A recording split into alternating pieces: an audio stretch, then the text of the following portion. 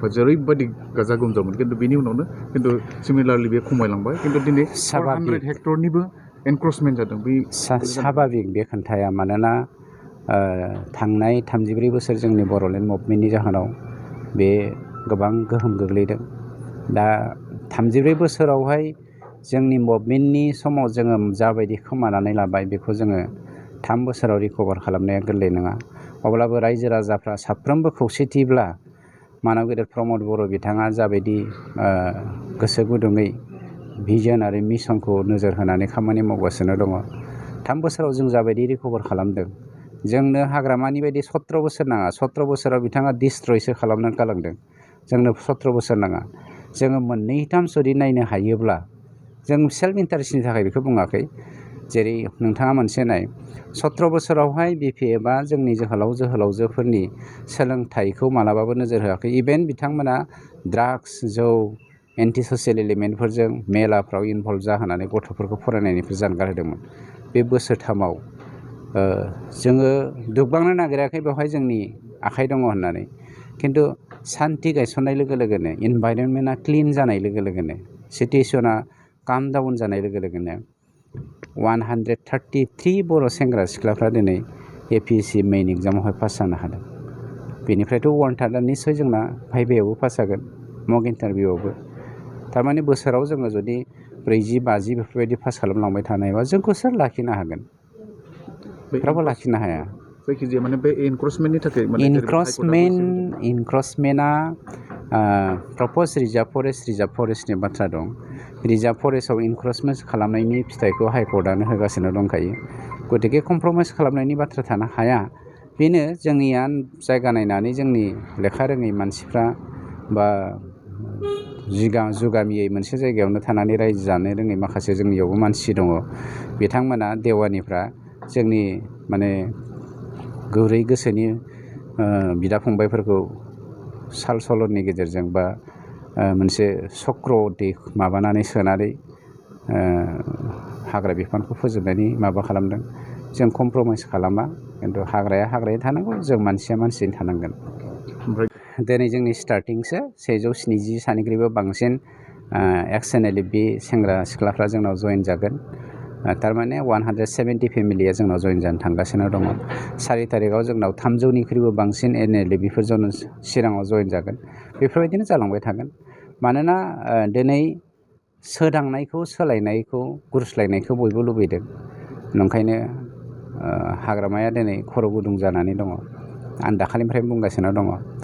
गाबोन सबनिया जोंनाव सन्दना जइन जासिगोन इउपिपिएलआव गोबां बिपिएफनि लिडारफोरखौ लानानै एमपि इलेक्सननि उनावहाय खाम्फा बरगयारिया इउपिपिएलआव जइन जानो थाखाय सिङाव रायज्लायगासिनो दंखायो रेडि जानानै दङ गतिके हाजारखि बुंथो हाग्रामा will be kick out from the society मानव गेदेर प्रमद बर' बिथांनि बानजायनाय बायदियै सेन्ट्रेल स्पन्सर स्किम CSS बे स्किमनिफ्राय जों मोननाय माखासे रांनि हेफाजाबजों CSSनिफ्राय मोननाय माखासे रांनि हेफाजाबजों नैबे बरनदि वाइल्ड लाइफ हाग्रानि सिङाव थानाय लामा बानायनाय आरो सलार फेन्सिं बानायनाय लोगोसे बिनि खुन्थिया गायसननायजों लोगोसे नैबे फरेस्टनि सिङाव थानाय 20सा जोंनि डिपार्टमेन्टनि बा स्टाफनि मानसिफोरनो जोङो दिनै मेटेरियेल डिस्ट्रिबिउसन मोनसे हाबाफारि लादोंमोन बे हाबाफारिखौ जोंनि मानव गेदेर लकेल दावबायसा बर' बिथांजों आंजों मावफुंनाय जाबाय मोनसे खोन्थाखौ दिनै नोंथांमोननि मिडियानि गेजेरजों जों फोरमायथिनो नागिरदों देग्लायनि बरनदि वाइल्ड लाइफनि सिङावबो जोङो देग्लायनिफ्राय टुरिस्टफोर हान्थिफैनो हानायनि बेबस्थाखौ जोङो खालामबाय बे डिसेम्बरनि गेजेरावनो जों खामानिखौ फोजोबनानै गावनि बोथोर बायदियै जोङो टुरिस्टफोरखौ हान्थिनायनि थाखाय फुल सुबिदा होनो नागिरदों बेजों हान्थिनानै ओरैजाय बगामाथि पिकनिक स्पटसिम जोङो थांलाय फैलायनि राहा लामाखौ खालामना होनायनि दा बेबस्था लाबाय आरो दिनै बेखौ जों मावफुंनाय जादों हाग्राखौ रैखाथिनि थाखाय मेन पावारा जोबोद खम बेनि थाखाय माबायदि राहा लादों मेन पावारखौ बुंनो थाङोब्ला जोङो फरेस्ट डिपार्टमेन्टल' नङा जोंनि बिटिआरआवहाय बा बिटिसिआव मोनफ्रोमबो डिपार्टमेन्टआवनो मेन पावारनि खोब जोंहा खम जेरै बिथाङा गेम्स एन्ड स्पर्ट्सखौ सामलायबाय दङ गेम्स एन्ड स्पर्ट्सआवबो मेन पावारा गैयैनि थाखाय जोङो स्पर्ट्स बिथिङाव जोंनि बर' सेंग्रा सिख्ला बा बिटिआरनि सेंग्रा सिख्लाफ्रा बयबो स्पर्ट्सआव गोसो गुदुंब्लाबो जोङो हेफाजाब होनो हायाखै बेनिनो दाखालि स्पर्ट्स बिफानावबो इन्टारभिउ जानानै थांबाय फरेस्ट डिपार्टमेन्टआव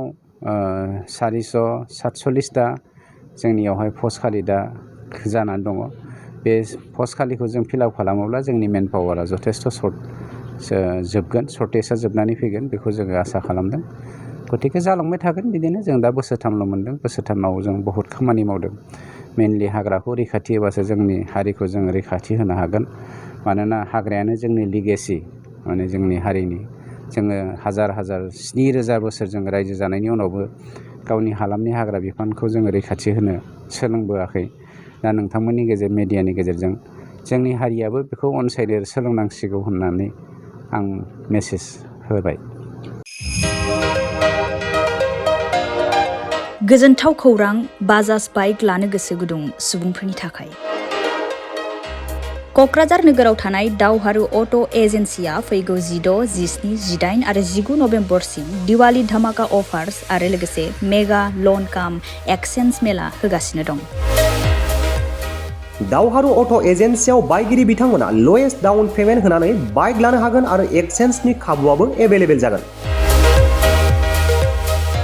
नोंथांमोना क'क्राझार नोगोराव थानाय दावहारु अट' एजेन्सि श'रुमजों लोगोसे कारिगाव फेस्टिभ आउटलेट दतमा फेस्टिभ आउटलेट आरो भटगाव फेस्टिभ आउटलेट ब्रान्च श'रुमावबो होबाय थानाय दिवाली धामाका अफार्स आरो लोगोसे मेगा लन काम एक्सचेन्ज मेलायाव फैनानै नोंथांनि लुबैनाय बाजाजनि बाइकफोरखौ गोसोबादि लाफैनो हागोन बाजाजनि बाइक सालायनो मोजां मोनग्रा रायजो राजाफोरनि थाखाय दावहारु अट' एजेन्सि श'रुमा लोगोसे मोजां अफारफोरबो लाबोदों बेफोरनो जाबाय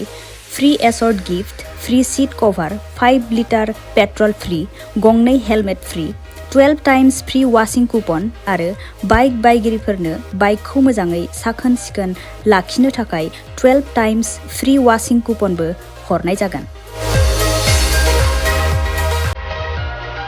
आबुङै मिथिना लाबावनो थाखाय 6000399187 8822018193 जानबुं नम्बराव खौरां लाहरनो हागोन